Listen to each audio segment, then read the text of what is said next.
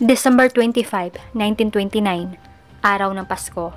Sa Germantown, North Carolina, ay may isang balita dito na nagpagulat sa buong mamamayan. Isang magsasakang pamilya dito ay natagpuan na lang na wala ng mga buhay. Sila ang Lawson family. Ang mga kaibigan at mga kakilala ay labis na nasaktan sa sinapit ng pamilyang to. Dahil kilala lang nila ang pamilyang ito na mga ordinaryong tao, madaling pakisamahan at walang nabalitang mga kaaway. Kaya hindi maintindihan ng kapitbahayan kung bakit ito nangyari sa Lawson family.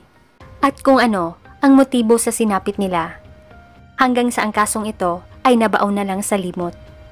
Ngunit paglipas pa ng mataon ay saka lang nabigyan ng liwanag ang lahat. Nang naungkat ang pinakatago-tagong sekreto. At ang sekretong ito ay hinihinalaan ng karamihan na siyang dahilan sa malagim na sinapit ng pamilya. Ngunit ano nga ba ang sekretong ito? Kaya tunghayan natin ngayon ang true story ng Lawson family. Ang kwentong ito ay magsisimula kay Charlie D. Lawson na ipinanganak noong 1886 sa Lawsonville, North Carolina. Ang lungsod na mayroon lang mahigit 1,000 na mga residente, na kung saan ang pangunahing pangkabuhayan ay pagsasaka. Mahirap lang din ang pamilya nila ni Charlie, kaya sa murang edad pa lang niya ay natuto na siya sa mga gawain sa sakahan. At nung binata na siya, ay nakilala at nakarelasyon naman niya ang dalagang si Fanny Manring. 6 na taon na mas bata kay Charlie. At noong taong 1911 ay nagpakasal na sila. Sa mga taon na lumipas ay sunod-sunod naman silang nagkaroon ng mga anak. At pagsasaka lang din ang ikinabubuhay nila sa Lawsonville. Ngunit noong taong 1918 ay lumipat naman ang pamilya nila sa nayo ng Germantown na nasa North Carolina. At katulad sa Lawsonville ay pagsasaka lang din ang pangunahing pangkabuhayan dito. Nauna na palang lumipat dito sa Germantown ang dalawang kapatid ni Charlie Lawson. Kaya napagdesisyonan din ni Charlie na ilipat ang pamilya niya dito.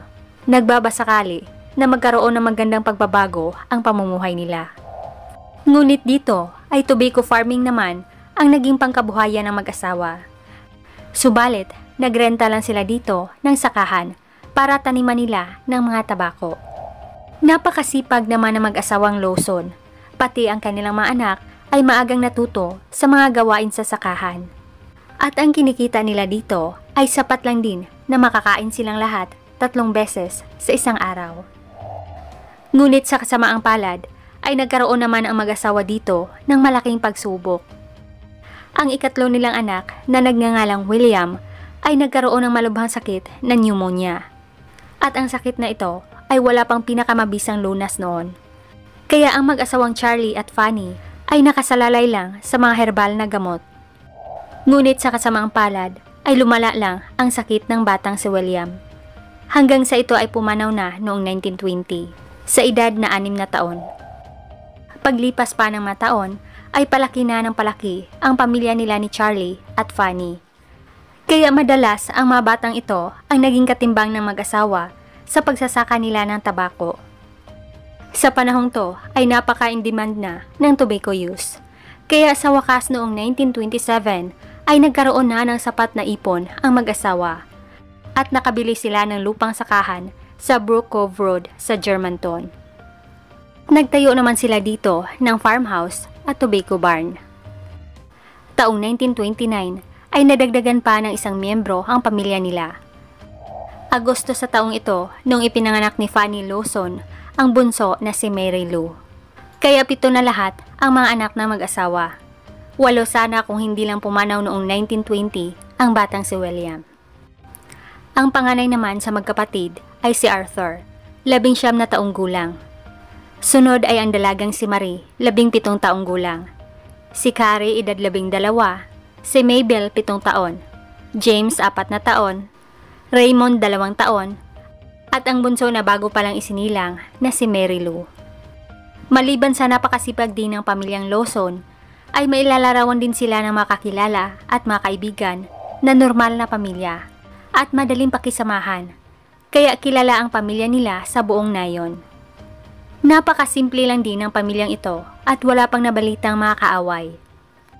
Ilang araw bago ang Pasko taong 1929, ay dinala naman ni Charlie Lawson ang kanyang asawa at mga anak sa pamilihan at binilhan niya sila ng mga bagong damit at bagong sapatos. Pagkatapos ay kumuha na din sila ng photographer para picturean ang buong pamilya. At ito ang huling larawan ng pamilyang Lawson kung saan suot-suot nila ang bagong mga damit. Ang nakakalungkot, ito'y mga ilang araw lang bago ang sasapitin nila. Nalalapit na din ang Pasko. Kaya ilan sa mga anak ng mag-asawa ay naging abala na sa paglalagay ng mga Christmas decors. At ayon pa ng ilan sa mga kamag-anak at mga kapitbahay ay napakasaya daw ng Lawson family noong holiday season. Lalong-lalo na ang mga bata na hinihintay ang pagdating ng Pasko. At noong December 25 ay dumating na nga ang pinakahihintay nilang araw. Sa araw na ito, ang mga bunsong mga anak ay masaya lang na naglalaro. Ang eldest daughter naman na si Marie ay abala sa pag-bake ng cake. Si Fanny naman ay nagluluto. Ang padre di pamilya na si Charlie at ang panganay niyang anak na si Arthur ay lumabas naman para mag-rabbit hunting. Ngunit sa kalagitnaan ng kanilang pangangaso ay malapit na ding maubos ang kanilang mga ammunitions. Kaya sa hapon ding ito ay inutusan ni Charlie si Arthur na bumili ng ammunitions sa lungsod. At walang kamalay-malay si Arthur na yun na pala ang huling pagkakataon na makikita niya ang kanyang pamilya. Lingid sa kaalaman ng pamilyang Lawson na may nagbabalak na pala ng masama sa kanila. Ang bunsong magkapatid na si Carrie, edad 12, at Mabel, 7, ay lumabas naman sa kanilang bahay at patungo ang dalawa sa bahay ng kanilang tiyo at tiya na ilang metro lang ang layo. Pero bago sila makarating doon, ay madadaanan pa nila ang sakahan. Dito na sila tinambangan ng isang armadong lalaki. Dala nito ang isang 12-gauge shotgun at tig-iisang putok ang binigay niya sa dalawa. At para masiguro niya na lumisan na sina Carrie at Mabel, ay ginamitan pa niya ang maito ng bato. Pagkatapos ay tinago ng armadong lalaki ang makatawan sa loob ng tobacco barn. Pagkatapos sa dalawang bata ay nagtungo naman ang shooter sa bahay ng mga Lawson. Nagkataon na nasa porch ang ina ng mga bata na si Fanny Lawson. Isang putok din ang ibinigay niya sa ginang. At on the spot ay lumisan ito. 37 taong gulang lamang si Fanny. At sinunod ng shooter ang eldest daughter na si Marie, 17 taong gulang. Nasa kalagitnaan pa naman ito sa paghahanda para sa Pasko. Pagkatapos sa dalaga ay sinunod nito ang dalawang batang lalaki na si James at si Raymond. Walang sinuman ang nagsususpetsa sa mga putok. At kung may nakarinig man ay hinihinalaan lang na putok lang yon sa pangangaso. Dahil kumuna ang hunting sa lungsod. Wala ding nakasaksi dahil may kalakihan din ang sakahan ng Lawson family. Ang nakakalungkot ay dinamay pa ng shooter ang 4 na buwang sanggol na si Mary Lou na nasa kuna. Ngunit hindi ang shotgun niya ang ginamit niya dito, kundi pinatahimik niya ito gamit ang isang matigas na bagay. Pagkatapos ay kinaladkad naman niya ang makatawan papunta sa tobacco barn. At isinama niya ang mga ito sa dalawang naunang mga biktima na sina Carrie at Mabel. Nang makontento na ang killer, ay umalis na siya at nagtungo sa kakahuyang bahagi. Makalipas ang ilang oras, ay umuwi na si Arthur Lawson sa farmhouse nila matapos itong bumili ng ammunitions sa lungsod. Ngunit ang pinagtataka ni Arthur ay napakatahimik ng bahay nila. At wala din dito ang kanyang ina at mga kapatid. Nagulat na lang ang binata nang pumasok na siya sa loob. Nakita na lang niya na nagkalat na at nabasag ang mga gamit. At ang mas nakakakilabot ay may mga bakas at talsik ng gu sa sahig at dingding. Kaya sinundan niya ang mga bakas na ito. At sa napakaputing snow ay naroon din ang mga pulang bakas. Para bang may mga kinaladkad patungo sa tobacco barn nila. Kaya sinundan ito ni Arthur. At labis na lang ang pagkagulat ng binata nang naabutan niya ang kanyang pamilya sa loob na wala ng mga buhay. Ngunit 7 lang ang nandito. Ang mga ito ay ang kanyang ina na si Fanny at ang 6 niyang mga kapatid. Kaya agad inalerto ni Arthur ang mga pulis. At hindi rin masikmura ng mga pulis nang maabutan ang eksena sa loob ng barn. Ang mga ulo nila ay nakahiga sa bato at ang mga kamay naman ay nakapatong sa mga tiyan nila. At dahil wala dito ang padre de pamilya na si Charlie Lawson, kaya pinagdududahan din ito ng mga pulis. At ilan sa mga pulis ay naghahanap kay Charlie. Ang iba naman ay inimbestigahan ang nakakakilabot na eksena sa loob ng farmhouse. Ngunit, ang isa sa pinagtatakhan ng mga pulis ay kung bakit si Arthur lang ang nakaligtas. At isa sa mga teorya nila ay maaring pinili ang binata na hindi tapusin. Maaari ring sinuwerte siyang nakaligtas. Habang nagpatuloy ang investigasyon sa sakahan ng mga Lawson, ay saka naman sila nakarinig ng isang putok at nagmula ito sa malapit na gubat. Kaya agad nang pinuntahan ng mga investigador ang pinagmula ng putok. Hanggang sa nakita na lang nila ang katawan ni Charlie Lawson malapit sa puno. At wala na din itong buhay. At sa gilid ay ang kanyang 12-gauge shotgun. Ang putok na narinig ng mga pulis ay kagagawan lang pala ni Charlie. Tinapos pala nito ang sarili. At may sulat ding nakuha sila dito mula mismo kay Charlie para sa kanyang mga magulang. Nagpapaliwanag sa ginawa niyang krimen sa kanyang pamilya. Wala daw ibang sisisihin, kundi siya lang. Ngunit hindi pinaliwanag ni Charlie kung ano ang motibo niya sa sinapit ng kanyang pamilya. Kaya mas lalo lang nahirapan ang mga investigador sa pag-conclude kung ano ang dahilan sa sinapit ng Lawson family.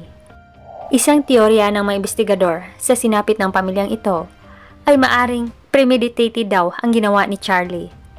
Kung naalala nyo kanina, mga ilang araw bago ang Pasko, ay dinala pa ni Charlie Lawson ang kanyang pamilya sa pamilihan para bilhan sila ng mga bagong damit. At nag-hire pa nga siya noon ng photographer. Ayon pa ng mga investigador na ang ginawang ito ni Charlie ay inihanda niya ang kanyang pamilya para sa pamamaalam nila. Ang isa pang teorya nila kung bakit hindi dinamay ni Charlie ang panganay na si Arthur ay marahil daw na gusto niya ipagpatuloy ni Arthur ang lineage nila.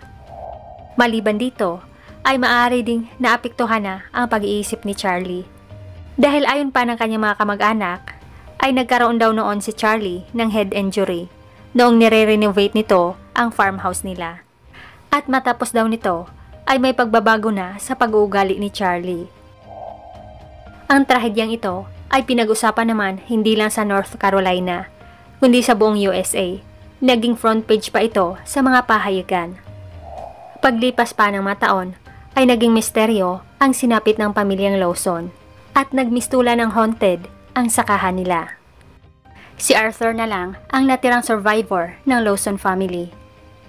At makalipas ang mga taon ay nakapangasawa na din siya at nagkaroon ng mga anak.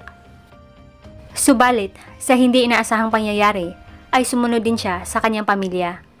Pumanaw si Arthur noong 1945 dahil sa automobile accident. Ngunit, makalipas ang 6 na dekada, ay saka lang nabigyan ng liwanag ang trahedyang ito. At isang pinakatago-tagong sekreto ang nabunyag. Taong 1990 nang napublish ang libro na pinamagatang White Christmas, Bloody Christmas. Kwento ito ng Lawson family. Ang author ng librong ito ay nakatanggap pala ng phone call noon mula kay Stella Lawson, relative ng pamilyang Lawson. Bago ang krimen noong 1929, ay narinig pala ni Stella noon ang kanyang ina at iba pa niyang mga kamag-anak na nag-uusap. May ipinagtapat pala si Fanny Lawson sa kanila. Sobra daw na nag-aalala na si Fanny dahil mayroon daw na incestuous na relasyon ang asawang si Charlie at ang eldest daughter nila na si Marie. At hindi lang si Stella Lawson ang may sinabing sekreto, kundi ang isa pang babae na si Ella May. Si Ella May ay kaibigan pala ng biktimang si Marie Lawson. Ayon pa ni Ella, ay may inamin sa kanya si Marie noon, ilang linggo bago ang Christmas Day. Mismong si Marie ay umamin na buntis daw at ang ama ng bata ay ang kanyang sariling ama na si Charlie Lawson. Dahil sa pag-amin nila, kaya marami na ang nagsasabi na malamang ang motibo ni Charlie noon sa kanyang krimen ay dahil ayaw nitong mabunyag sa lahat ang sekreto niya. At ito lang ang pinakamatibay na dahilan na pinaniniwalaan ng lahat na motibo ni Charlie sa sinapit ng kanyang pamilya. At dito nagtapos ang kagulat-gulat na kwento ng Lawson family. Hanggang dito lamang mga ka-curious. Maraming salamat sa panonood at pakikinig.